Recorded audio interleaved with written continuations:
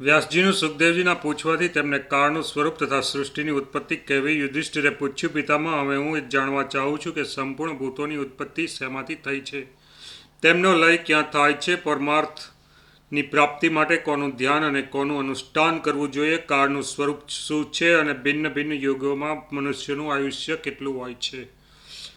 ભીષ્મજીએ કહ્યું, યુધિષ્ઠિર, આ વિષયમાં ભગવાન વ્યાસે પોતાના પુત્ર સુખદેવજીને જે ઉપદેશ આપ્યો હતો તે જ પ્રસંગ તમને કહી રહ્યો છું. એક દિવસ સુખદેવજીએ વેદવ્યાસને પોતાના મનનો સંદેહ આ પ્રમાણે પૂછ્યો, પિતાજી, પાપીઓને કોણ ઉત્પન્ન કરે છે, કાળના જ્ઞાનથી શું પરિણામ નીકળે છે અને બ્રાહ્મણનું શું કર્તવ્ય છે, બધી જ વાતો મને જણાવવાની કૃપા કરો. વ્યાસજીએ કહ્યું, બેટા, સૃષ્ટિના આરંભમાં અનાદિ અનંત અજન્મા દિવ્ય અજર અમર અવિકારી અર્થકર્ય અને જ્ઞાનાતીત બ્રહ્મ જ હતું. તે કાળ સ્વરૂપ છે. કાળના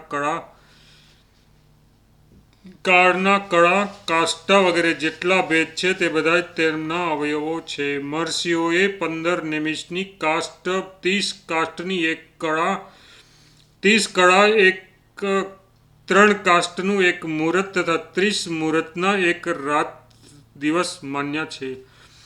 30 દિવસ રાતનો એક મહિનો અને 12 મહિનાનું એક વર્ષ થાય છે. એક મહિનામાં 2 અયન હોય છે, જેમને દક્ષિણાયન અને ઉત્તરાયણ કહે છે. મૃત્યુલોકના રાત દિવસના વિભાગ સૂર્ય કરે છે. રાત સૂવા માટે છે અને દિવસ કામ કરવા માટે છે. મનુષ્યોના એક માસમાં પિતરોના એક દિવસ રાત થાય છે. શુક્લ પક્ષ તેમનો દિવસ છે અને કૃષ્ણ પક્ષ તેમની રાત્રિ. મનુષ્યનું એક વર્ષ દેવતાઓના એક દિવસ રાત્રિ બરાબર છે. ઉત્તરાયણ તેમનો દિવસ છે અને દક્ષિણાયન રાત્રિ. મનુષ્યોના જે રાત્રિ દિવસ છે તેના હિસાબે હું બ્રહ્માજીના દિવસ રાતનું માન એટલે કે પ્રમાણ કહું છું. સાથે સાથે 4 યુગોની વર્ષ સંખ્યા પણ અલગ અલગ જણાવી રહ્યો છું. દેવતાઓના 4000 વર્ષનો એક સતયુગ થાય છે. એમાં 400 દિવ્ય વર્ષોની સંધ્યા થાય છે અને એટલા જ વર્ષોની સંધ્યા થાય છે. આ પ્રમાણે સતયુગનું પૂરું આયુષ્ય 4800 દિવ્ય વર્ષોનું છે. બાકીના 3 દિવસોમાં આ સંખ્યા ક્રમશઃ એક ચતુર્થાંશ ઘટતી જાય છે. યથાર્થ સંખ્યા અને સાંખ્યો સહિત ત્રેતાયુગ 3600 વર્ષનો, દ્વાપર 2400 વર્ષનો અને કળિયુગ 1200 વર્ષનો થાય છે. આ ચારેય યુગ પ્રવાહ રૂપે સદા રહેનારા લોકને ધારણ કરે છે. આ યુગાત્મક કાળ બ્રહ્મવેતાઓના સનાતન બ્રહ્મનું જ સ્વરૂપ છે. સતયુગમાં ધર્મ સત્યના 4 ચરણો મોજૂદ રહે છે. તે સમયે ધર્મ અને સત્યનું પૂરેપૂરું પાલન થાય છે. અધર્મમાં કોઈની પ્રવૃત્તિ હોતી નથી. અન્ય યુગોમાં ક્રમશઃ ધર્મનો એક ચરણ નષ્ટ થતો જાય છે અને ચોરી, અસત્ય અને છળ કપટના કારણે અધર્મની વૃદ્ધિ થાય છે. સતયુગના મનુષ્યો નિરોગી અને પૂર્ણકામ હોય છે. તેમનું આયુષ્ય 400 વર્ષનું હોય છે. ત્રેતામાં તેનું આયુષ્ય એક ચતુર્થાંશ ઘટીને 300 વર્ષનું રહી જાય છે. આ જ પ્રમાણે દ્વાપરમાં 200 અને કળિયુગમાં 100 વર્ષનું આયુષ્ય હોય છે. ત્રેતા વગેરે યુગોમાં વેદોનો સ્વાધ્યાય ઓછો થવા લાગે છે. મનુષ્યનું આયુષ્ય ઘટતું જાય છે. કામનાઓની પૂર્તિમાં વિઘ્નો થાય છે અને વેદાંત ધ્યાનમાં ફળમાં ન્યૂનતા આવી જાય છે. યુગોના હાસ મુજબ સતયુગ, ત્રેતા, દ્વાપર અને કળિયુગમાં મનુષ્યોના ધર્મ મુજબ જુદા જુદા હોય છે. સતયુગમાં તપસ્યાને સૌથી મોટું તપ માનવામાં આવ્યું છે. ત્રેતામાં જ્ઞાનને ઉત્તમ કહ્યું છે. દ્વાપરમાં યજ્ઞ અને કળિયુગમાં એકમાત્ર દાન જ શ્રેષ્ઠ ધર્મ કહ્યો છે. કળિયુગમાં દાન શ્રેષ્ઠ ધર્મ કહ્યો છે. આ પ્રમાણે દેવતાઓના 12000 વર્ષોનો એક ચતુર્થ યુગ થાય છે. 1000 ચતુર્થ યુગ વીત્યા પછી બ્રહ્માનો એક દિવસ પૂરો થાય છે. એટલા જ યુગોની તેમની રાત્રિ હોય છે. ભગવાન બ્રહ્મા પોતાના દિવસના આરંભમાં સંસારની રચના કરે છે અને રાતના જ્યારે પ્રલયનો સમય થાય છે ત્યારે બધાને પોતાનામાં લીન કરીને યોગ નિંદ્રાનો આશ્રય લઈને સૂઈ જાય છે. પછી પ્રલયનો અંત થતાં યથાર્થ રાત્રિ વીતી જતા તેઓ જાગે છે. આ પ્રમાણે 1000 ચતુર્થ યુગનો બ્રહ્માજીનો એક દિવસ બતાવવામાં આવ્યો છે અને એટલી જ મોટી તેમની રીતે રાત્રિ બતાવવામાં આવી છે. તેથી જે લોકો યથાર્થ રીતે સમજ્યા છે તેઓ જ તત્વને જાણે છે. રાત સમાપ્ત થતાં બ્રહ્માજી જાગીને પ્રથમ મહત્વને ઉત્પન્ન કરે છે, પછી મહતત્વને ઉત્પન્ન કરે છે, પછી તેનાથી સ્થૂલ જગતને ધારણ કરનારા મનની ઉત્પત્તિ થાય છે. બેટા, તેજોમય બ્રહ્મ જ બધાનું બીજ છે. તેનાથી જ આ સંપૂર્ણ જગત ઉત્પન્ન થયું છે. તે એક જ ભૂતથી સ્થાવર જંગમ બંનેની ઉત્પત્તિ થાય છે. ઉપર કહ્યું છે તે પ્રમાણે બ્રહ્માજી પોતાના દિવસના આરંભમાં જાગીને સૃષ્ટિ રચનાનો આરંભ કરે છે. સર્વપ્રથમ માયાથી મહતત્વ પેદા થાય છે. તેનાથી સ્થૂળ સૃષ્ટિનું આધારભૂત મન ઉત્પન્ન થાય છે. પછી સૃષ્ટિની ઈચ્છાથી પ્રેરિત થતા મન નાના પ્રકારના આકાર ધારણ કરે છે. એનાથી શબ્દ ગુણવાળા આકાશની ઉત્પત્તિ થાય છે. ત્યાર પછી જ્યારે આકાશમાં વિકાર થાય છે ત્યારે તેનાથી અત્યંત પવિત્ર અને બળવાન વાયુ તત્વનો આદુર્ભાવ થાય છે. તેનો ગુણ સ્પર્શ માનવામાં આવ્યો છે. વાયુના વિકૃત થવાથી તેનાથી જ્યોતિર્મય અગ્નિ પ્રગટ થાય છે. તેનો ગુણ રૂપ છે. પછી તેજમાં વિકાર થવાથી તેનાથી રસમય જળ તત્વની ઉત્પત્તિ થાય છે અને જળથી પૃથ્વી અને તેના ગુણ ગંધનો પ્રાદુર્ભાવ થાય છે. પાછળથી પ્રગટ થયેલા વાયુ વગેરે ભૂતો તેમના પૂર્વના ભૂતોના ગુણ પણ ધારણ કરે છે. પંચમહાભૂત, 10 ઇન્દ્રિયો અને મન એ 16 તત્વોથી શરીરનું નિર્માણ થયું છે. એ બધાનો આશ્રય હોવાથી જ દેહને શરીર કહે છે. શરીર ઉત્પન્ન થતાં તેમાં જીવના સંચિત કર્મોની સાથે સૂક્ષ્મ મહાભૂત પ્રવેશ કરે છે. સમસ્ત પ્રજાના આદિકર્તા હોવાના કારણે બ્રહ્માજીએ પ્રજાપતિ કહે છે. તેઓ જ પ્રાણીઓની ચરાચર સૃષ્ટિ કરે છે. દેવતા, ઋષિ, પિતર, મનુષ્ય, નાના પ્રકારના લોકો, નદી, સમુદ્ર, દિશા, પર્વત, વનસ્પતિ, કિન્નર, રાક્ષસ, પશુ, પક્ષી, મૃગ તથા સર્પોને પણ તેઓ જ ઉત્પન્ન કરે છે. નિત્ય અને અનિત્ય પદાર્થો પણ તેમને જ પેદા કર્યા છે. સૃષ્ટિના આરંભમાં જે પ્રાણીઓએ જેવા કર્મો કર્યા હોય તેઓ બીજી વાર જન્મ લીધા બાદ તે પૂર્વે કરેલા કર્મોની વાસનાથી પ્રભાવિત થવાના કારણે તેવા જ કર્મો કરવા લાગે છે. એક જન્મમાં મનુષ્ય હિંસા, અહિંસા, કોમળતા, કઠોરતા, ધર્મ, અધર્મ, સત્ય અને અસત્ય વગેરે જે ગુણોને અપનાવે છે. બીજા જન્મમાં પણ તેના સંસ્કારોથી પ્રભાવિત થઈને તે જ ગુણોને પસંદ કરીને તેમાં જ કાર્યોમાં લાગી જાય છે. સત્વગુણમાં સ્થિર સમદ્રષ્ટિ પુરુષ તપને જ જીવના કલ્યાણનું મુખ્ય સાધન કહે છે. તપનું મૂળ છે સમ અને દમ. પુરુષ પોતાના મનમાં જે કામનાઓની ઈચ્છા કરે છે તે બધી જ તપસ્યા દ્વારા પ્રાપ્ત કરી લે છે. જગત કરતા પરમાત્માની પ્રાપ્તિ પણ તપથી જ થાય છે. તપોબળથી જ મનુષ્ય બધા જ પ્રાણીઓ પર પોતાનો પ્રભાવ સ્થાપિત કરે છે. તપના પ્રભાવથી જ મહર્ષિઓએ પૂર્વજન્મમાં પ્રાપ્ત કરેલા વેદોના જ્ઞાનનું સ્મરણ કર્યું. તપની શક્તિ દ્વારા જ બ્રહ્માજીએ આદિ અનંત રહિત વેદ વિદ્યાનું જ્ઞાન પ્રાપ્ત કર્યું. મંત્ર દ્રષ્ટા ઋષિઓએ પછીના ઋષિઓમાં તેનો પ્રસાર કર્યો. પોતાની રાત્રિનો અંત થતાં બ્રહ્માજીએ જે પ્રાણીઓને ઉત્પન્ન કર્યા તેમના નામ, નાના પ્રકારના ભેદ, તપ, આધાર્મિક કર્મ, યજ્ઞ, કીર્તિ તથા મોક્ષના સાધનોને વેદો પ્રમાણે જ પ્રકાશિત કર્યા. ઋષિઓના નામ, દેવતાઓની ઉત્પત્તિ, પ્રાણીઓના અનેક રૂપ અને તેમના કર્મ વગેરેનું વિધાન પણ વેદ વાક્યો પ્રમાણે જ થયું. બ્રહ્માના 2 સ્વરૂપ છે. એક શબ્દ બ્રહ્મ અને બીજું પરબ્રહ્મ. એ બંનેનું જ્ઞાન જરૂરી છે. જેને શબ્દ બ્રહ્મનું સંપૂર્ણ જ્ઞાન થઈ જાય છે તે સુગમતાથી પરબ્રહ્મનો સાક્ષાત્કાર કરી લે છે. સતયુગના લોકો ઋગ્વેદ, યજુર્વેદ અને સામવેદના જણાવેલા સકામ યજ્ઞોને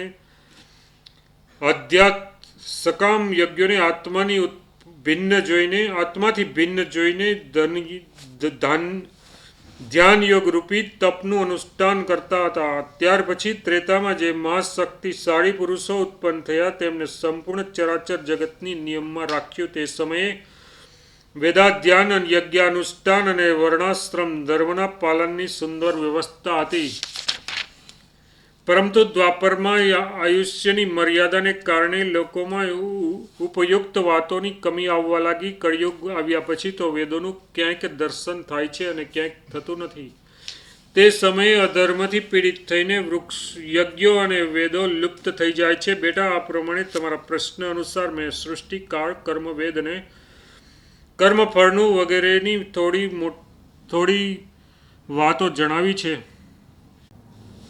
પ્રલયનો ક્રમ, બ્રાહ્મણોને દાન આપવાનો મહિમા તથા બ્રાહ્મણના કર્તવ્યનું વર્ણન. વ્યાસજી કહે છે, પુત્ર, હવે હું એ જણાવી રહ્યો છું કે બ્રહ્માજીનો દિવસ વીતી ગયા પછી તેમની રાત્રિનો આરંભ થતાં પહેલાં કઈ રીતે આ સૃષ્ટિનો લય થાય છે તથા બ્રહ્માજી સ્થૂળ જગતને અત્યંત સૂક્ષ્મ કરીને એને કઈ રીતે પોતાની અંદર લીન કરી દે છે. જ્યારે પ્રલયનો સમય આવે છે ત્યારે ઉપરથી સૂર્ય અને નીચેથી અગ્નિની 7 જ્વાળાઓ સંસારને ભસ્મ કરવા લાગે છે. સર્વપ્રથમ પૃથ્વીના ચરાચર પ્રાણીને તે જ્વાળાઓથી બળીને ધૂળમાં મળી જાય છે. તે વખતે આ ભૂમિ ઘાસ અને વૃક્ષો રહિત થઈને કાચબાની પીઠ જેવી દેખાય છે. અને પછી જળ પૃથ્વીના ગુણ ગંધને ગ્રહણ કરી લે છે. એનાથી ગંધહીન પૃથ્વી પોતાના કારણભૂત જળમાં લીન થઈ જાય છે. પછી તો જળ ગંભીર અવાજ કરતું રહીને ચારે બાજુ ઉભરાઈ જાય છે. તેમાં મોટા મોટા મોજા ઉછળવા લાગે છે અને તે સંપૂર્ણ વિશ્વને પોતાનામાં નિમગ્ન કરીને લહેરાતું રહે છે. ત્યાર પછી તે જ જળના ગુણ રસને ગ્રહણ કરી લે છે અને રસહીન જળ તેજમાં લીન થઈ જાય છે. તે સમયે સંપૂર્ણ આકાશ અગ્નિની જ્વાળાઓથી પ્રજ્વલિત થતું જાય છે. પછી તેજના ગુણ રૂપને વાયુ તત્વ ગ્રહણ કરી લે છે. આનાથી અગ્નિ ઠંડો થઈને વાયુમાં મળી જાય છે. પછી હવાનો વેગ વધે અને પછી તે ભારે જોરથી ઉપર નીચે સર્વત્ર ફેલાઈ જાય છે. ત્યારબાદ આકાશ વાયુના ગુણ સ્પર્શને ગ્રહણ કરી લે છે. ત્યારે હવા શાંત થઈને આકાશમાં લીન થઈ જાય છે અને શબ્દ ગુણથી યુક્ત માત્ર આકાશ રહી જાય છે. રૂપ, રસ, ગંધ અને સ્પર્શનું નામ પણ રહેતું નથી. ત્યાર પછી દ્રશ્ય પ્રપંચને વ્યક્ત કરનારું મન આકાશના ગુણ શબ્દને એટલે કે જે મનથી જે પ્રગટ થતું હતું પોતાનામાં લીન કરી દે છે. આ પ્રમાણે 5 ભૌતિક સૃષ્ટિનો બ્રહ્માના મનમાં લય થવો બાહ્ય પ્રલય કહેવાય છે. આ ક્રમ અનુસાર સંપૂર્ણ ભૂતોના પ્રલય સ્થાન પણ બ્રહ્માજી જ છે. આ પ્રમાણે તમને જ્ઞાનના સુયોગ્ય અધિકારી જાણીને પરમાત્માને પ્રાપ્ત થયેલા યોગીઓ દ્વારા જાણવા યોગ્ય આ પ્રલયનો યથાર્થ વૃત્તાંત મેં કહી સંભળાવ્યો. આ જ પ્રમાણે 1000 યુગોમાં બ્રહ્માજીના દિવસ અને રાત થતા રહે છે. આ દિવસના આરંભમાં સૃષ્ટિ અને રાત્રિના આરંભમાં પ્રલયનો ક્રમ ચાલુ રહે છે. સુખદેવ, હવે હું તમારા પ્રશ્ન અનુસાર બ્રહ્માજીનું કર્તવ્ય બતાવી રહ્યો છું. ધ્યાન આપીને સાંભળો. બ્રાહ્મણ બાળકના જાતકર્મથી લઈને સર્વાવર્તન એટલે કે વિદ્યા અભ્યાસ પૂરો કરીને ગુરુકુળમાંથી પાછું આવવું સુધી વિધિવત સંસ્કાર થવા જોઈએ. પ્રત્યેક સંસ્કારમાં દક્ષિણા આપવી જોઈએ. ઉપનયન પછી તે વેદોના પારગામી આચાર્યની સેવામાં રહીને સંપૂર્ણ વેદોનો અભ્યાસ કરે. પછી સેવા અને દક્ષિણા દ્વારા ગુરુ ઋણથી મુક્ત થયા બાદ તેનો સર્વાવર્તન સંસ્કાર થવો જોઈએ. ત્યાર પછી આચાર્યની આજ્ઞા લઈને બ્રહ્મચર્ય, ગૃહસ્થ, વાનપ્રસ્થ અને સંન્યાસ આચારમાંથી કોઈ એક આશ્રમમાં શાસ્ત્રોક્ત વિધિ અનુસાર આજીવન રહે અથવા ક્રમશઃ બધા જ આશ્રમોમાં પ્રવેશ કરે. ગૃહસ્થ આશ્રમ બધા જ ધર્મોનું મૂળ છે. એમાં રહીને અંતઃકરણના રાગદ્વેષ નિવૃત્ત થઈ જતા જીતેન્દ્રિય પુરુષ મનુષ્યને સર્વત્ર સિદ્ધિ પ્રાપ્ત થાય છે. ગૃહસ્થ પુત્ર ઉત્પન્ન કરીને, પિતૃ ઋણથી વેદોનો અભ્યાસ કરીને, ઋષિ ઋણથી અને યજ્ઞોનું અનુષ્ઠાન કરીને દેવ ઋણથી છૂટી જાય છે. આ પ્રમાણે ત્રણેય ઋણોથી મુક્ત થઈને તે પોતાના વર્ણ તથા આશ્રમ માટે વિવિધ કર્મો કરીને પોતાને પવિત્ર રાખે. ત્યાર પછી બીજા આશ્રમોમાં પ્રવેશ કરે. આ પૃથ્વી પર જે સ્થાન પવિત્ર અને ઉત્તમ લાગે ત્યાં નિવાસ કરીને તે પોતાને યશસ્વી અને આદર્શ મનુષ્ય બનાવવાનો પ્રયત્ન કરે. મહાન તપ, પૂર્ણ વિદ્યાધ્યાન, વ્રત, યજ્ઞ અથવા દાન કરવાથી ગૃહસ્થ બ્રાહ્મણનો યશ વધે છે. તેની કીર્તિ જ્યાં સુધી આ સંસારમાં તેના સુયશનો વિસ્તાર કરતી રહે છે ત્યાં સુધી તે પુણ્યવાનોના અક્ષય લોકમાં નિવાસ કરીને સુખ ભોગવે છે. આ બ્રાહ્મણે અધ્યયન, અધ્યાપન, યજન, યાજન અને દાન તથા પ્રતિગ્રહ આ 6 કર્મોનો આશ્રય લેવો જોઈએ, પરંતુ તેને અનુચિત પ્રતિગ્રહ અને વ્યર્થ દાનથી બચવું જોઈએ. દેવતા, ઋષિ, પિતર, ગુરુ, વૃદ્ધ, રોગી અને ભૂખ્યા મનુષ્યને ભોજન આપવા માટે ગૃહસ્થ બ્રાહ્મણે પ્રતિદિન દાન સ્વીકારવું જોઈએ. પોતાની શક્તિ અનુસાર પરમાર્થિક ઉન્નતિ માટે પ્રયત્ન કરનારા બ્રાહ્મણે દ્રવ્ય સિવાય કોઈ રસોઈમાંથી અન્ન પણ આપવું જોઈએ. યોગ્ય બ્રાહ્મણ માટે કોઈ પણ વસ્તુ અદેય નથી. મહાન વ્રતધારી રાજા સત્યસંધ બ્રાહ્મણોના પ્રાણોની રક્ષા માટે પોતાના પ્રાણ આપીને સ્વર્ગમાં ગયા હતા. અત્રિના પુત્ર રાજા ઇન્દ્રદમને યોગ્ય બ્રાહ્મણને નાના પ્રકારના ધનનું દાન કરીને પોતાની પ્રજા સાથે અક્ષયલોક પ્રાપ્ત કર્યા હતા. દેવાવૃદ્ધે સોનાનું છત્ર દાનમાં આપીને પોતાના દેશની પ્રજા સાથે સ્વર્ગલોક પ્રાપ્ત કર્યો. અત્રિ વંશમાં ઉત્પન્ન થયેલા મહાતેજસ્વી સાંકૃતિ પોતાના શિષ્યોને નિર્ગુણ બ્રહ્મનો ઉપદેશ આપીને ઉત્તમ લોકને પ્રાપ્ત થયા. રાજા અંબરીશે બ્રાહ્મણોને 11 અબજ ગાયો દાન આપીને દેશવાસીઓ સહિત સ્વર્ગમાં નિવાસ કર્યો. સાવિત્રીએ 2 દિવ્ય કુંડળ દાનમાં આપ્યા હતા અને રાજા જન્મેજય બ્રાહ્મણ માટે પોતાના શરીરનો પરિત્યાગ કર્યો હતો. આનાથી તે બંનેને ઉત્તમ લોકની પ્રાપ્તિ થઈ. વિદેહરાજ નિમિએ પોતાના રાજ્ય અને જમદગ્નિ નંદન પરશુરામજી તથા રાજા ગયે નગરો સહિત સંપૂર્ણ પૃથ્વી બ્રાહ્મણોને દાનમાં આપી હતી. એકવાર વરસાદ ન થવાથી વશિષ્ઠજીએ બીજી પ્રજાની જેમ સંપૂર્ણ પ્રજાને જીવનદાન આપ્યું. કરંદમના પુત્ર રાજા મરુતે મહર્ષિ અંગિરાને પોતાની કન્યા અને પાંચાલ દેશના રાજા બ્રહ્મદત્તે ઉત્તમ બ્રાહ્મણોને મહાનિધિ શંખ આપીને ઉત્તમ લોક પ્રાપ્ત કર્યો હતો. રાજસી સહસ્ત્રજીતે બ્રાહ્મણને માટે પોતાના પ્રાણ આપી દીધા. રાજા શતદ્રુમ્ને મહર્ષિ મુદ્ગલને બધા જ પ્રકારના સુખ ભોગોથી ભરેલું સોનાનું ઘર દાનમાં આપ્યું હતું અને સાલ્વ નરેશ દ્યુતિમાને રુચિક મુનિને પોતાનું રાજ્ય અર્પણ કરી દીધું. આ બધા જ રાજાઓએ ઉત્તમ ગતિ પ્રાપ્ત થઈ હતી. રાજસી લોમપાદે ઋષશૃંગ મુનિ સાથે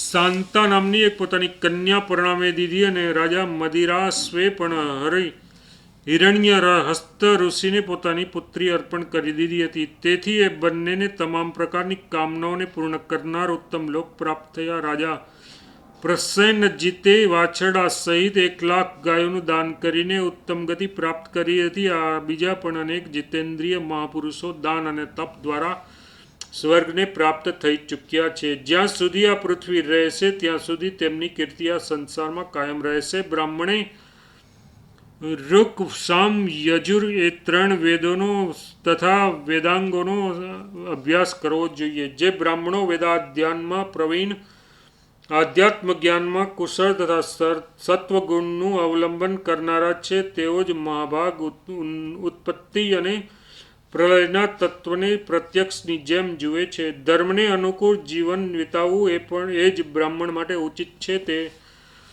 શિષ્ટ પુરુષોની જેમ સદાચારનું પાલન કરે, કોઈ પણ જીવની કષ્ટ ન થાય એ રીતે જીવિકા ચલાવે, મહાત્મા પુરુષોની સેવામાં રહીને તત્વજ્ઞાન પ્રાપ્ત કરે, સત્પુરુષ બને અને શાસ્ત્રની વ્યાખ્યા કરવામાં કુશળ બને, પોતાના ધર્મને અનુકૂળ નિત્યકર્મ કરે, કર્તવ્ય પરાયણ, સત્વગુણી મહાત્માઓનો સંગ કરે અને ગૃહસ્થાશ્રમમાં રહીને અધ્યયન, અધ્યાપન આદિ 6 કર્મોમાં લાગેલો રહે.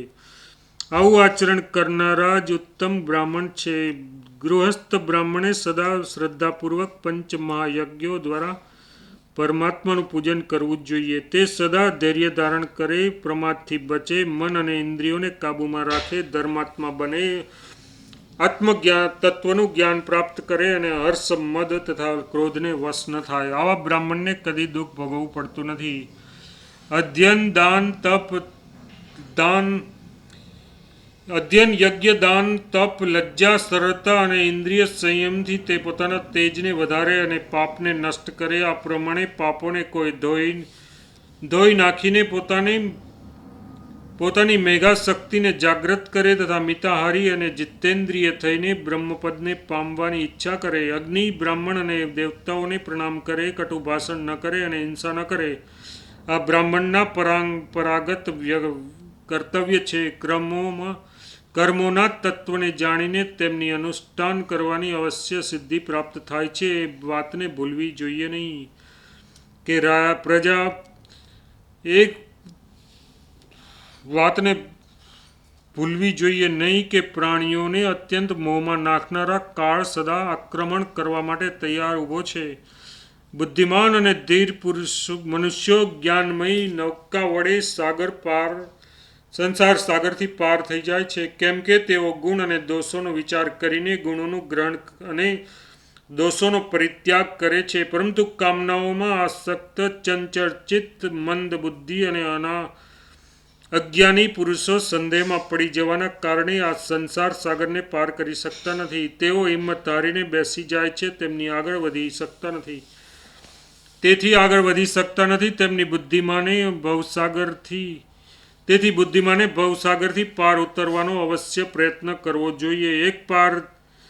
પાર ત્યારે જ થઈ શકે છે જ્યારે તે સાચા અર્થમાં બ્રાહ્મણ બની જાય, યથાર્થ બ્રહ્મ જ્ઞાનને પ્રાપ્ત કરે. ઉત્તમ કુળમાં ઉત્પન્ન થયેલો બ્રાહ્મણ અધ્યાપન, યાજન અને પ્રતિગ્રહ એ ત્રણ કર્મોને સંદેહની દ્રષ્ટિએ જોઈને તેમાં પ્રવૃત્ત ન થાય અને અધ્યયન, અજન અને દાન એ ત્રણ કર્મોનું અવશ્ય પાલન કરે. કોઈ પણ રીતે તે પોતાના ઉદ્ધારનો પ્રયત્ન કરે. જ્ઞાન દ્વારા ભવસાગરને અવશ્ય પાર કરી જાય. જેના વૈદિક સંસ્કારો વિધિવત સંપન્ન થાય છે, જે નિયમપૂર્વક રહીને મન અને ઇન્દ્રિયો પર વિજય મેળવી ચૂક્યો છે, તે જ્ઞાની પુરુષની આ લોક કે પરલોકમાં ક્યાંય પણ સિદ્ધિ પ્રાપ્ત થવામાં વિલંબ થતો નથી. ગૃહસ્થ બ્રાહ્મણ ક્રોધ અને ઈર્ષાનો ત્યાગ કરીને ઉપયુક્ત નિયમોના પાલનમાં સંલગ્ન રહે. નિત્ય મહાયજ્ઞોનું અનુષ્ઠાન કરીને યજ્ઞશિષ્ટ અન્નનું ભોજન કરે.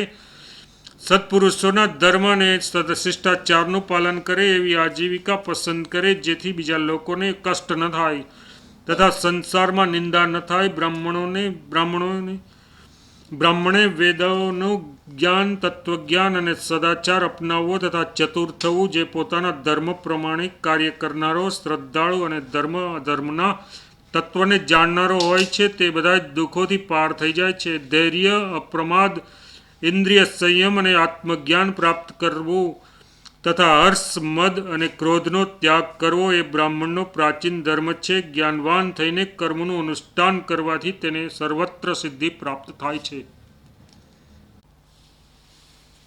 જ્ઞાન દ્વારા મોક્ષ પ્રાપ્તિ, ધ્યાનના સહાયક યોગ અને 7 પ્રકારની ધારણાઓનું વર્ણન. વ્યાસજી કહે છે, પુત્ર, જો મોક્ષ પ્રાપ્ત કરવાની ઈચ્છા હોય તો મનુષ્ય જ્ઞાનવાન થવું જોઈએ. જેમ સમુદ્રની ઊંચી નીચી લહેરોમાં ડૂબકિયા ખાતા માણસને નાવ મળી જતા તે પાર ઉતરી જાય છે, તે જ પ્રમાણે સંસાર સાગરથી પાર થવા માટે પણ બુદ્ધિમાન પુરુષે જ્ઞાનરૂપી નૌકાનો સહારો લેવો જોઈએ. જે જ્ઞાની છે તે જ્ઞાનમયી નૌકાની સહાયતાથી અજ્ઞાનીઓને પણ ભવપારથી પાર ઉતારી દે છે. ધ્યાન યોગની સાધના કરનારા મુનિએ હૃદયમાં રાગાદિક દોષોને દૂર કરીને પાપોથી મુક્તિ થઈ જઈને યોગમાં સહાયતા કરનારા દેશ, કર્મ, અનુરાગ, અર્થ, ઉપાય, અનાયાસ, અપાય, નિશ્ચય, ચક્ષુષ, આહાર, સંહાર, મન અને દર્શન એ 12 ઉપાયોનો આશ્રય લેવો. અહીંયા કીધું છે કે ધ્યાન યોગના સાધકે એવા સ્થાન પર બેસવા લાગવું જોઈએ કે જે સમતળ અને પવિત્ર હોય, જ્યાં રેત, કાંકરા, પથ્થર અને અગ્નિ વગેરે ન હોય, કાનમાં કોઈ પ્રકારનો અવાજ ન આવતો હોય, કોઈનું ત્યાં નિવાસ સ્થાન ન હોય તથા સાર્વજનિક કૂવો, તળાવ, વાવ અથવા નદીનો ઘાટ પણ ન હોય. એ આંખોને ગમે તેવું હોય, જ્યાં મન લાગી શકે અને હવાનું જોર ન હોય. ગુફા અથવા એવું જ કોઈ એકાંત સ્થાન જ ધ્યાન માટે ઉપયોગી થાય છે. આવા સ્થાન પર આસન લગાવનારને દેશયોગ કહે છે. આહાર, વિહાર, ચેષ્ટા, સૂવું અને જાગવું આ બધું જ મર્યાદિત અને નિયમાનુસાર હોવું જોઈએ. આ જ કર્મનામક યોગ છે. સદાચારી શિષ્યને પોતાની સેવા અને સહાયતા માટે રાખવો અનુરાગ યોગ કહેવાય છે. જરૂરી વસ્તુઓનું સંગ્રહનું નામ અર્થયોગ છે.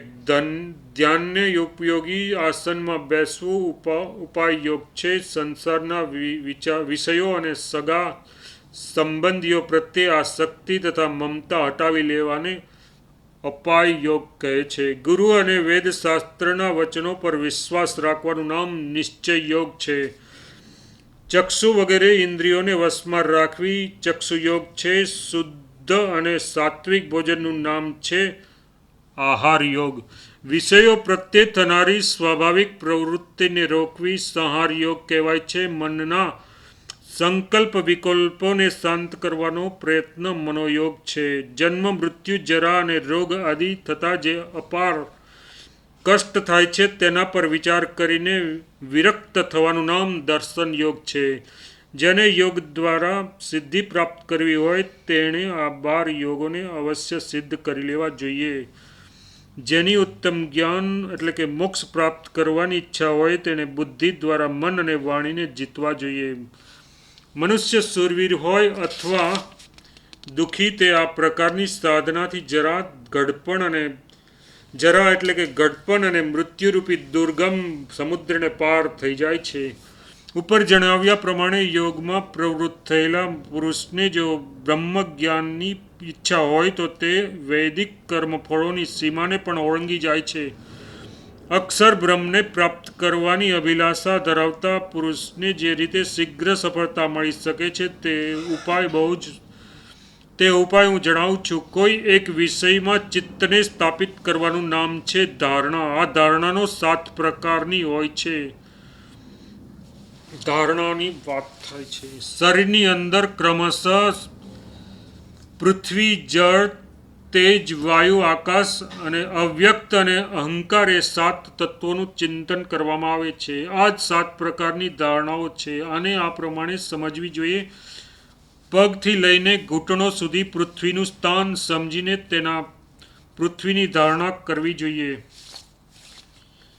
ઘૂંટણથી લઈને ગુદા સુધી જળનું સ્થાન માનવામાં આવ્યું છે. ગુદાથી હૃદય સુધી અગ્નિનું સ્થાન.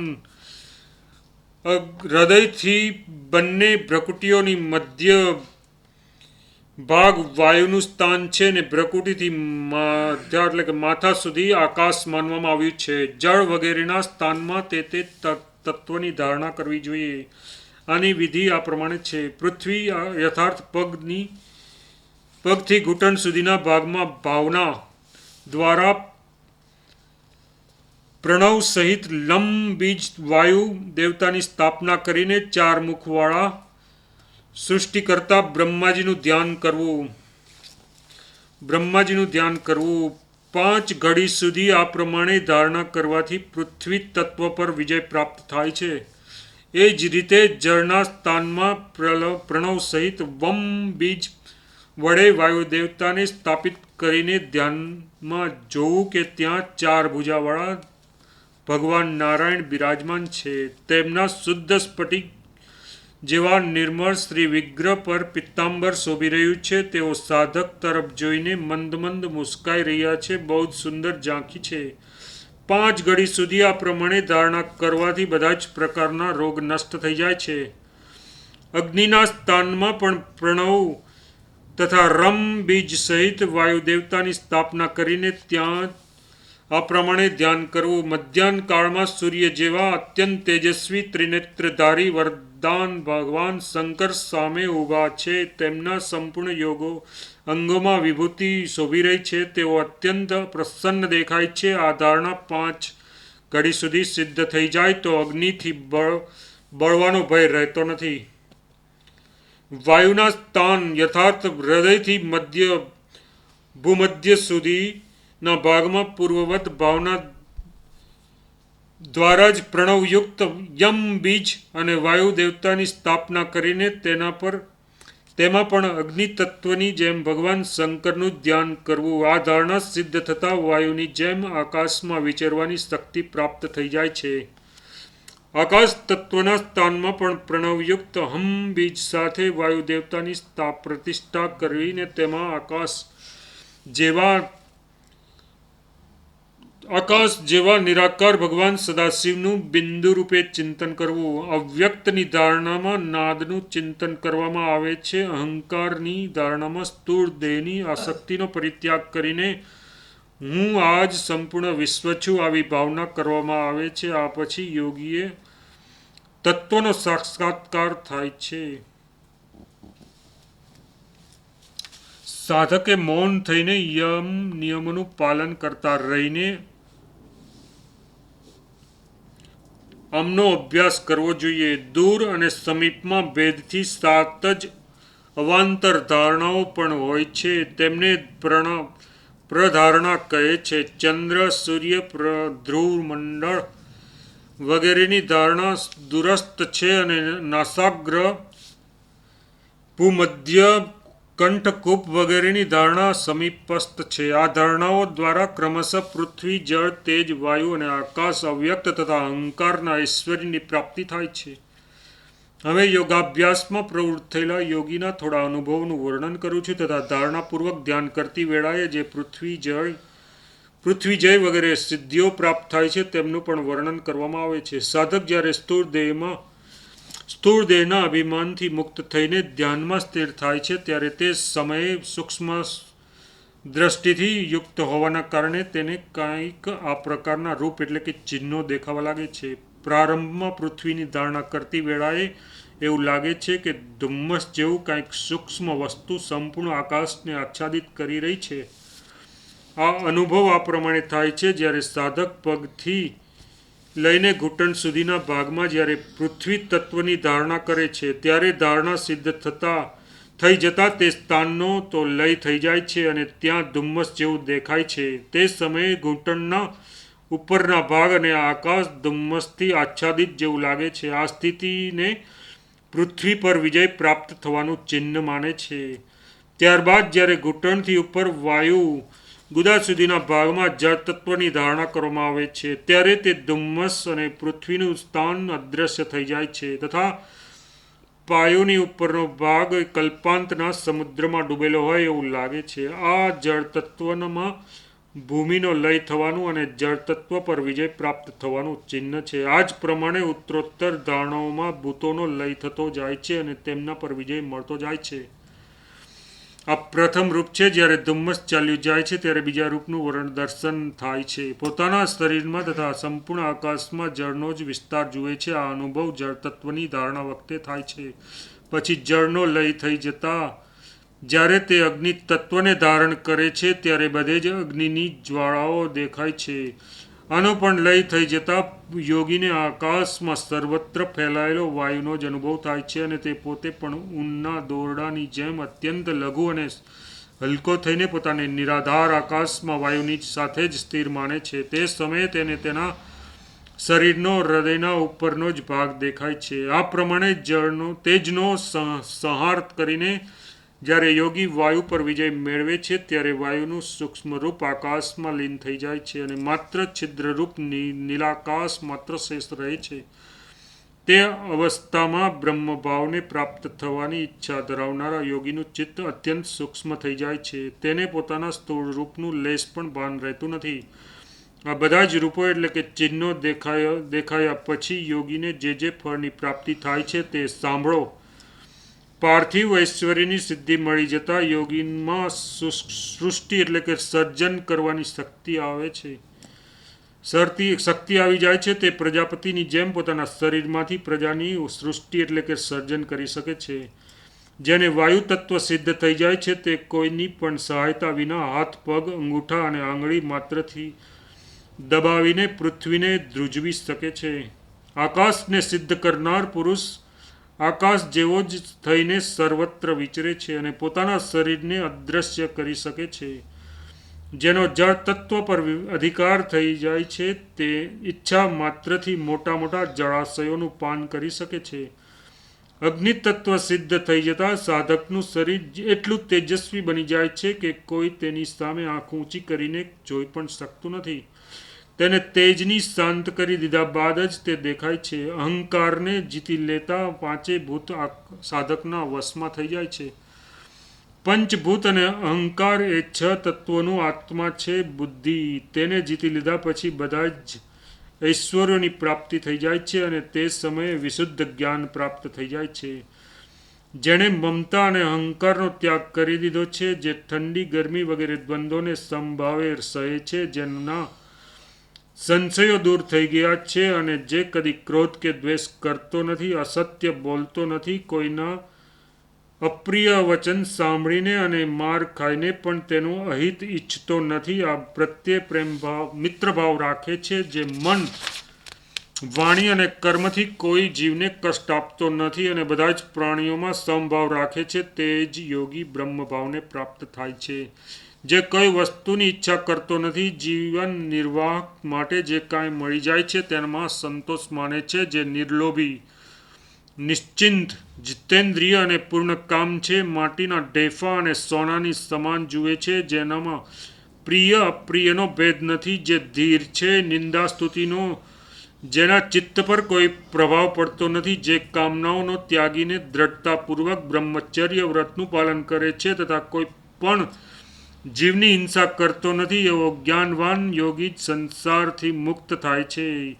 યોગીની જે ઉપાયથી મુક્તિ થાય છે તે કહું છું સાંભળો. યોગીની જે ઐશ્વર્યો તથા સિદ્ધિઓની પ્રાપ્તિ થાય છે તેમની ઉપેક્ષા કરીને પૂર્ણ વિરક્ત થઈ જવું જોઈએ. આમ કરવાથી જ મોક્ષ પ્રાપ્ત થાય છે. આ પ્રમાણે ભાવ શુદ્ધિથી પ્રાપ્ત થનારી બુદ્ધિનું મેં વર્ણન કર્યું છે.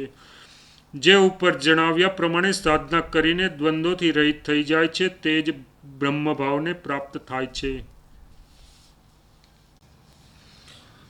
બુદ્ધિની પ્રશંસા, પ્રાણીઓનું તારતમ્ય, જ્ઞાનનું સાધન તથા તેનો મહિમા. સુખદેવજીએ પૂછ્યું, પિતાજી, જેના દ્વારા મનુષ્યને જન્મ મૃત્યુનો છુટકારો મળી જાય તે જ્ઞાનનું સ્વરૂપ કેવું છે? પ્રવૃત્તિ ધર્મથી મુક્ત થાય છે કે નિવૃત્તિ ધર્મથી, તે મને જણાવો.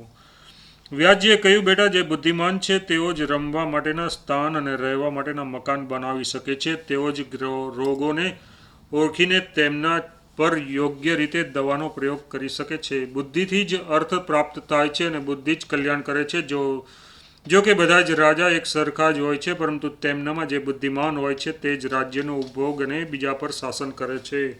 પ્રાણીઓના સ્થૂળ, સૂક્ષ્મ અને નાના મોટાનો ભેદ બુદ્ધિથી જ જાણી શકાય છે. બુદ્ધિ જ બધાની પરમ ગતિ છે. સંસારમાં જે નાના પ્રકારના પ્રાણી છે તેમના જન્મ પર દ્રષ્ટિ રાખીને તેમને જરાયુજ, અંડજ, સ્વેદજ અને ઉદ્વિજ આ 4 ભાગોમાં વિભક્ત કરવામાં આવ્યા છે. સ્થાવર પ્રાણીઓની જંગમોને શ્રેષ્ઠ સમજવા જોઈએ, કેમ કે તેમનામાં હરવા ફરવાની શક્તિ હોય છે. જંગમ જીવોમાં પણ વધારે પગવાળા અને 2 પગવાળા એ 2 પ્રકારના પ્રાણી હોય છે. એમાં વધારે પગવાળા કરતાં 2 પગવાળા શ્રેષ્ઠ હોય છે. 2 પગવાળોમાં પણ 2 પ્રકાર છે. મનુષ્ય અને ખેચરો કરતાં મનુષ્યો જ શ્રેષ્ઠ છે, કેમ કે તેમને અન્ન વગેરે ભોગવવાની સુવિધા પ્રાપ્ત છે. મનુષ્યમાં પણ 2 પ્રકાર છે, ઉત્તમ અને મધ્યમ. મધ્યમ મનુષ્યો કરતાં વિશુદ્ધ જ્ઞાન પ્રાપ્ત કરવાના કારણે ઉત્તમ મનુષ્યો શ્રેષ્ઠ છે. મધ્ય પણ જાતિ ધર્મનું પાલન કરે છે, તેથી તેઓ અધમ મનુષ્યો કરતાં શ્રેષ્ઠ છે. મધ્યમ મનુષ્યોના પણ 2 ભેદ છે, ધર્મના જ્ઞાતા અને ધર્મથી અનભિજ્ઞ. એમનામાં ધર્મજ્ઞ જ શ્રેષ્ઠ છે, કેમ કે તેમનામાં કર્તવ્ય અકર્તવ્યનો વિવેક હોય છે. ધર્મને જાણનારા પણ 2 પ્રકારના હોય છે, વેદના જાણકાર અને વેદને ન જાણનારા. એમનામાં 2 જાણનારા ઉત્તમ છે, કેમ કે તેમનામાં વેદ પ્રતિષ્ઠિત છે. વેદના જાણકાર પણ 2 પ્રકારના હોય છે, એક પ્રવચન કરવામાં કુશળ હોય છે અને બીજા નહીં. એમનામાં પ્રવચન કરનારા જ શ્રેષ્ઠ છે, કેમ કે તેમને વેદમાં બતાવેલા બધા જ ધર્મનું સ્મરણ રહે છે તથા તેમના દ્વારા વૈદિક ધર્મ, કર્મ અને તેમના ફળનું બીજાઓને જ્ઞાન થાય છે. પ્રવચન કરનારા વિદ્વાન પણ બે પ્રકારના હોય છે. એક આત્મતત્વને જાણનારા અને બીજા નહીં જાણનારા. એમનામાં આત્મજ્ઞ પુરુષો જ શ્રેષ્ઠ છે, કેમ કે તેઓ જન્મ મૃત્યુના તત્વને સમજે છે, જે પ્રવૃત્તિ અને નિવૃત્તિ રૂપી બંને ધર્મોને જાણે છે.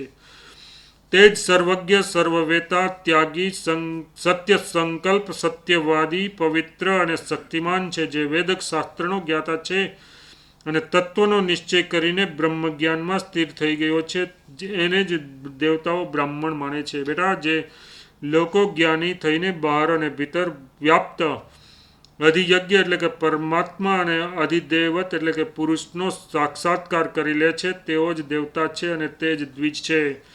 તેમનામાં જ આ સંપૂર્ણ વિશ્વ પ્રતિષ્ઠિત છે. તેમના મહાત્મ્યની કોઈ તુલના નથી. તેઓ જન્મ, મૃત્યુ અને કર્મની સીમાને ઓળંગીને સઘળા પ્રાણીઓના અધીશ્વર અને સ્વયંભૂ હોય છે. ભીષ્મજી કહે છે, યુધિષ્ઠિર, આ પ્રમાણે મહર્ષિ વ્યાસના ઉપદેશને સાંભળીને સુખદેવજીએ તેની બહુ પ્રશંસા કરી અને મોક્ષ ધર્મના વિષયમાં પૂછવા માટે ઉત્સુક થઈને આ પ્રમાણે કહ્યું. પિતાજી, પ્રજ્ઞાવાન, વેદવેતા, યાજ્ઞિક, દોષ દ્રષ્ટિ રહિત તથા શુદ્ધ બુદ્ધિવાળો પુરુષ પ્રત્યક્ષ અને અનુમાનથી અજ્ઞાત અલૌકિક બ્રહ્મને કઈ રીતે પ્રાપ્ત થાય છે? તપ, બ્રહ્મચર્ય, સર્વસ્વનો ત્યાગ, મેઘાશક્તિ, આ સાંખ્ય અથવા યોગ એ બધામાંથી કયા સાધન દ્વારા તત્વનો સાક્ષાત્કાર થાય છે? મનુષ્ય મન અને ઇન્દ્રિયોને કયા ઉપાયથી એકાગ્ર કરી શકે છે? એ બધા જ વાતો જણાવવાની કૃપા કરો.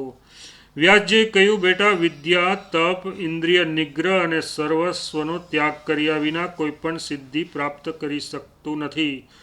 બધા જ મહાભૂતો વિધાતાનું પ્રથમ સર્જન છે. તે મહાભૂતો પ્રાણીઓના શરીરમાં રહેલા છે. પૃથ્વીથી દેહનું નિર્માણ થયું છે. ચિકાસ અને પરસેવો વગેરે જળનો અંશ છે. અગ્નિથી નેત્ર અને વાયુથી પ્રાણ અને અપાન ઉત્પન્ન થયા છે. નાક, કાન વગેરેના છિદ્રો આકાશ તત્વના સ્વરૂપ છે. ચરણોમાં વિષ્ણુ, હાથમાં ઇન્દ્ર અને ઉદરમાં અગ્નિ દેવતા ભોગતા રૂપે સ્થિર છે. કાનોમાં સ્ત્રોત્ર ઇન્દ્રિય અને દિશાઓ છે. જીવવામાં વાક ઇન્દ્રિય અને સરસ્વતી દેવતાઓનો નિવાસ છે. કાન, ત્વચા, નેત્ર, જીહ્વા અને નાસિકા આ 5 જ્ઞાનેન્દ્રિય છે અને તેને વિષયાનુભવનું જ્ઞાન દ્વાર કહે છે. શબ્દ, સ્પર્શ, રૂપ, રસ અને ગંધ આ ઇન્દ્રિયોના વિષયો છે. એમને ઇન્દ્રિયોની અલગ સમજવા જોઈએ. જેમ સારથી ઘોડાઓને પોતાના વશમાં રાખીને તેમને પોતાની ઈચ્છા પ્રમાણે ચલાવે છે, તે જ પ્રમાણે મન ઇન્દ્રિયોને કાબૂમાં રાખીને તેમને સ્વેચ્છાથી વિષયો તરફ પ્રેરતું રહે છે. પરંતુ હૃદયમાં રહેનારો જીવાત્મા તે મન પર પણ સદા શાસન કરે છે. જેમ મન બધી જ ઇન્દ્રિયોનો રાજા તથા તેમને વિષયો તરફ પ્રવૃત્ત કરવા અને રોકવામાં સમર્થ છે, તે જ પ્રમાણે હૃદયમાં સ્થિત જીવાત્મા પણ મનનો સ્વામી તથા તેમના પર શાસન કરવામાં સમર્થ છે. ઇન્દ્રિયોના રૂપ, રસ વગેરે વિષયો સ્વભાવ એટલે કે ઠંડી, ગરમી વગેરે ધર્મ, ચેતના, મન, પ્રાણ, અપાન અને જીવ એ દેહધારીઓના શરીરમાં હંમેશા મોજૂદ રહે છે.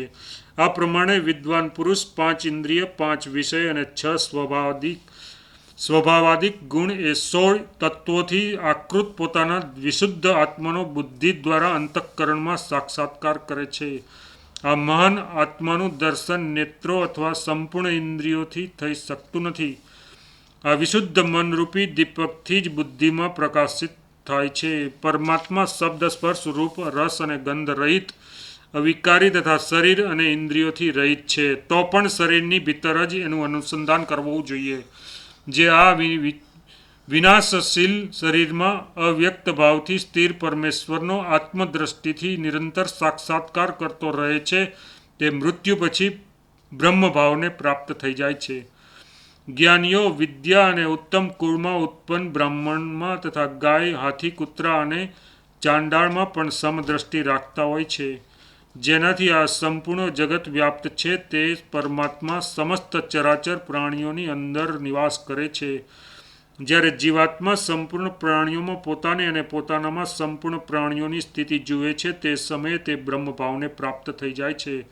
પોતાના શરીરમાં જેવો આત્મા છે તેવો જ બીજાના શરીરમાં પણ છે. જે પુરુષને નિરંતર આવું જ્ઞાન રહે છે તે અમૃતત્વ એટલે કે મોક્ષને પ્રાપ્ત થાય છે. જે સંપૂર્ણ પ્રાણીઓનો આત્મા થઈને સર્વમાં હિતમાં રત છે, જેનો પોતાનો કોઈ માર્ગ નથી તથા જે બ્રહ્મપદને પ્રાપ્ત કરવા ચાહે છે તેના માર્ગની શોધ કરવા દેવતાઓ પણ મોહિત થઈ જાય છે. જેમ આકાશમાં પક્ષીઓના અને જળમાં માછલીઓના ચરણ ચિહ્નો દેખાતા નથી, તે જ પ્રમાણે જ્ઞાનીઓની ગતિ પણ જાણી શકાતી નથી. કાળ બધા જ પ્રાણીઓને નષ્ટ કરે છે, પરંતુ જ્યાં કાળ પણ નાશ પામે છે, જે કાળનો પણ કાળ છે તે આત્માને કોઈ જાણતું નથી.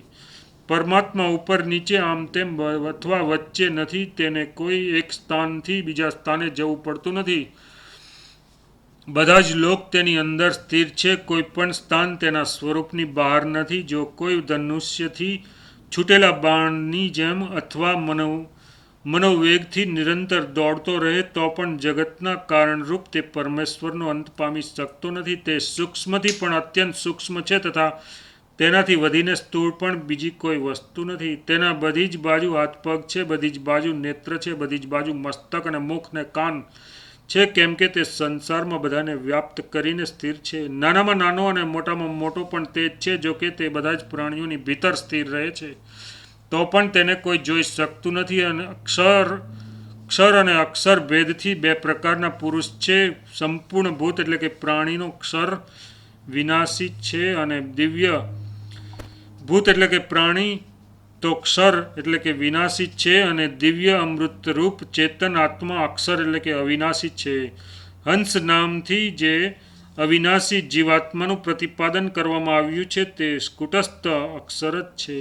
આ પ્રમાણે જે વિદ્વાન તે અક્ષર આત્માને યથાર્થ રૂપે જાણી લે છે તે જન્મ અને મૃત્યુના બંધનમાંથી છુટકારો મેળવી લે છે.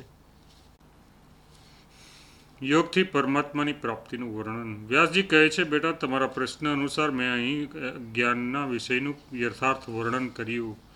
હવે યોગની વાતો બતાવું છું. સાંભળો. ઇન્દ્રિય, મન અને બુદ્ધિની વૃત્તિઓને રોકી વ્યાપક આત્માની સાથે તેની એકતા સ્થાપિત કરવી એ જ યોગશાસ્ત્રના મત પ્રમાણે ઉત્તમ જ્ઞાન છે.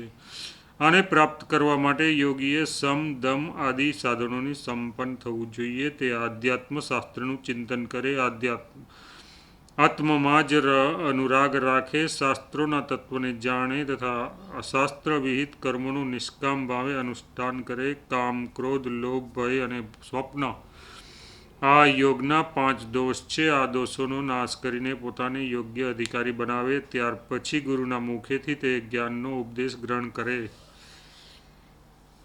હવે તે 5 દોષોને જીતવાનો ઉપાય કહું છું. મનને વશમાં રાખવાથી, ક્રોધને અને સંકલ્પનો ત્યાગ કરવાથી કામને જીતી શકાય છે. સત્વગુણનો આશ્રય લેવાથી ધીર પુરુષ નિંદ્રાને જીતી શકે છે. મનુષ્ય ધૈર્યનો સહારો લઈને વિષય ભોગ અને ભોજનની ચિંતા દૂર કરવી જોઈએ. નેત્રોની સહાયતાથી હાથ અને પગની, મન દ્વારા નેત્ર અને કાનની તથા કર્મ દ્વારા મન અને વાણીની રક્ષા કરવી જોઈએ. સાવધાની દ્વારા ભયનો અને વિદ્વાનોની સેવાથી દંભનો પરિત્યાગ કરવો જોઈએ. આ પ્રમાણે યોગના સાધકે આળસનો ત્યાગ કરીને યોગ સંબંધી દોષોને જીતવાનો પ્રયત્ન કરવો જોઈએ. એ અગ્નિ અને બ્રાહ્મણોની પૂજા અને દેવતાઓને પ્રણામ કરે. મનને ઉદ્વેગ પહોંચાડનારી અપ્રિય વાણી ન બોલે. તેજોમય બ્રહ્મ બધાનું બીજ એટલે કે કારણ છે. આજે કાંઈ દેખાઈ રહ્યું છે બધું તેને જ કાર્ય એટલે કે રસ છે. સંપૂર્ણ ચરાચર જગત તે બ્રહ્મના જ ઈક્ષણ એટલે કે સંકલ્પનું પરિણામ છે. ધ્યાન, વેદાધ્યન, સત્ય, લજ્જા, સરળતા, ક્ષમા, શૌચ, આચાર શુદ્ધિ તથા ઇન્દ્રિય સંયમથી તેજની વૃદ્ધિ થાય છે અને પાપનો નાશ થાય છે. સાધકની સંપૂર્ણ અભિલાષાઓ સિદ્ધ થાય છે તથા તેને વિજ્ઞાન પ્રાપ્ત થાય છે. યોગીએ સંપૂર્ણ પ્રાણીઓમાં સમભાવ રાખવો જોઈએ. તે જે કાંઈ મળી જાય તેમાં જ સંતુષ્ટ રહે. પાપોને ધોઈ નાખે તથા તેજસ્વી, મિતાહારી અને જીતેન્દ્રિય થઈને કામ અને ક્રોધને વશમાં કરીને બ્રહ્મપદને પામવાની ઈચ્છા કરે. યોગી મન અને ઇન્દ્રિયોને એકાગ્ર કરીને રાત્રિના પ્રથમ અને પાછલા પહોરમાં ધ્યાનસ્થ થઈને મનને આત્મામાં પરોવે. જેમ મશકમાં એક જગ્યાએ પણ છેદ થઈ જવાથી પાણી વહી જાય છે. તે જ પ્રમાણે જો 5 ઇન્દ્રિયોમાંથી એક પણ વિષય તરફ પ્રવૃત્ત થઈ જાય તો સાધકનું શાસ્ત્રીય જ્ઞાન લુપ્ત થઈ જાય છે. તેથી જેમ માછીમાર જાળ કાપનારી માછલીને પહેલા પકડીને પછી બીજી માછલીઓને પકડે છે, તે જ પ્રમાણે સાધક પ્રથમ પોતાના મનને વશ કરે, ત્યાર પછી કાન, આંખ, જીભ તથા નાસિકા વગેરે ઇન્દ્રિયોનો નિગ્રહ કરે. 5 ઇન્દ્રિયોને મનમાં સ્થાપિત કરીને ઇન્દ્રિય સહિત મનને બુદ્ધિમાં લીન કરે. આથી ઇન્દ્રિયોની મલિનતા દૂર થઈ જાય છે અને તેમનામાં નિર્મળતા આવી જાય છે. તે સમયે બ્રહ્મનો સાક્ષાત્કાર થઈ જાય છે. યોગી પોતાના અંતઃકરણમાં ધુમાડા રહિત અગ્નિ, દીપ્તિમાન સૂર્ય તથા આકાશમાં ચમકતી વીજળીની જેમ આત્માનું દર્શન કરે. તે બધાયને આત્મામાં અને બધાયના આત્માને સ્થિત જુએ છે. જે મહાત્મા, બ્રાહ્મણ, જ્ઞાની, ધૈર્યવાન, વિદ્વાન તથા સંપૂર્ણ પ્રાણીઓના હિતમાં તત્પર રહેનારા છે, તેઓ જ તે આ પરમાત્માનું દર્શન કરી શકે છે. જે યોગી એકાંતમાં બેસીને તીક્ષ્ણ નિયમોનું પાલન કરતો રહીને યોગાભ્યાસ કરે છે, તે થોડા જ સમયમાં અક્ષર બ્રહ્મને પ્રાપ્ત થાય છે. યોગ સાધનમાં આગળ વધતા મોહ, ભ્રમ અને આવર્ત એટલે કે પુનરાવર્તન વગેરે વિઘ્નો આવે છે. દિવ્ય સુગંધ આવે છે, દિવ્ય રૂપોના દર્શન થાય છે, નાના પ્રકારના અદ્ભુત રસ અને સ્પર્શનો અનુભવ થાય છે.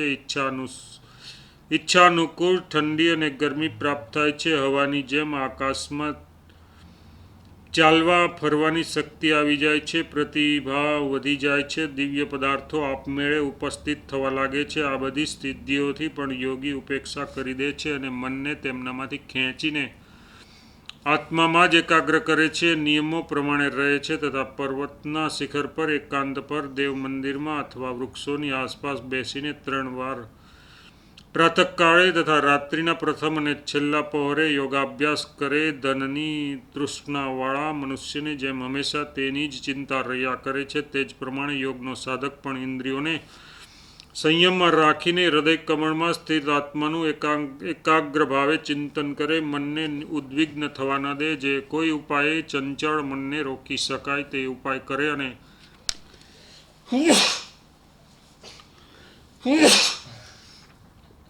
સાધનાથી ક્યારેય વિચલિત ન થાય. યોગનો સાધક મન, વાણી અને ક્રિયાથી પણ ક્યાંય આસક્ત ન થાય. બધા પ્રત્યે ઉપેક્ષા ભાવ રાખે, નિયમિત ભોજન કરે અને લાભ હાનિને સરખા સમજે. કોઈ પ્રશંસા કરે કે નિંદા બંનેને સમાન દ્રષ્ટિએ જુએ. એકનું હિત અને બીજાનું અહિત ન વિચારે. થોડો લાભ થઈ જાય તો હર્ષથી ફૂલાઈ ન જાય અને ન થાય તો ચિંતા ન કરે. બધા જ પ્રાણીઓ પ્રત્યે સમભાવ રાખે. વાયુની જેમ સર્વત્ર વિચરતો રહીને પણ અસંગ રહે.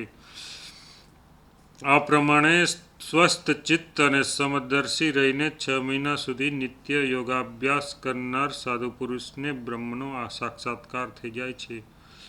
ધન માટે પ્રાણીઓને આતુર જોઈને તેના પ્રત્યે વિરક્ત થઈ જાય અને માટીનું ઢેફું, પથ્થર અને સોનાને સમાન સમજે. કોઈ નીચ વર્ણનો પુરુષ કે સ્ત્રી પણ કેમ ન હોય, જો તેને ધર્મ સંપાદન કરવાની ઈચ્છા હોય તો યોગ માર્ગનું સેવન કરવાથી તેને પણ પરમગતિ પ્રાપ્ત થાય છે.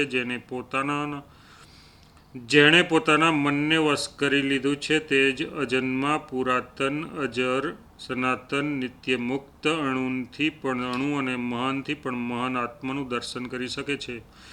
મહર્ષિ વ્યાસજીના ઉપદેશ પર વિચાર કરીને જે મનુષ્ય એ પ્રમાણે આચરણ કરે છે તે બુદ્ધિમાન મનુષ્ય બ્રહ્માજી જેવો થઈને પરમગતિને પ્રાપ્ત થાય છે.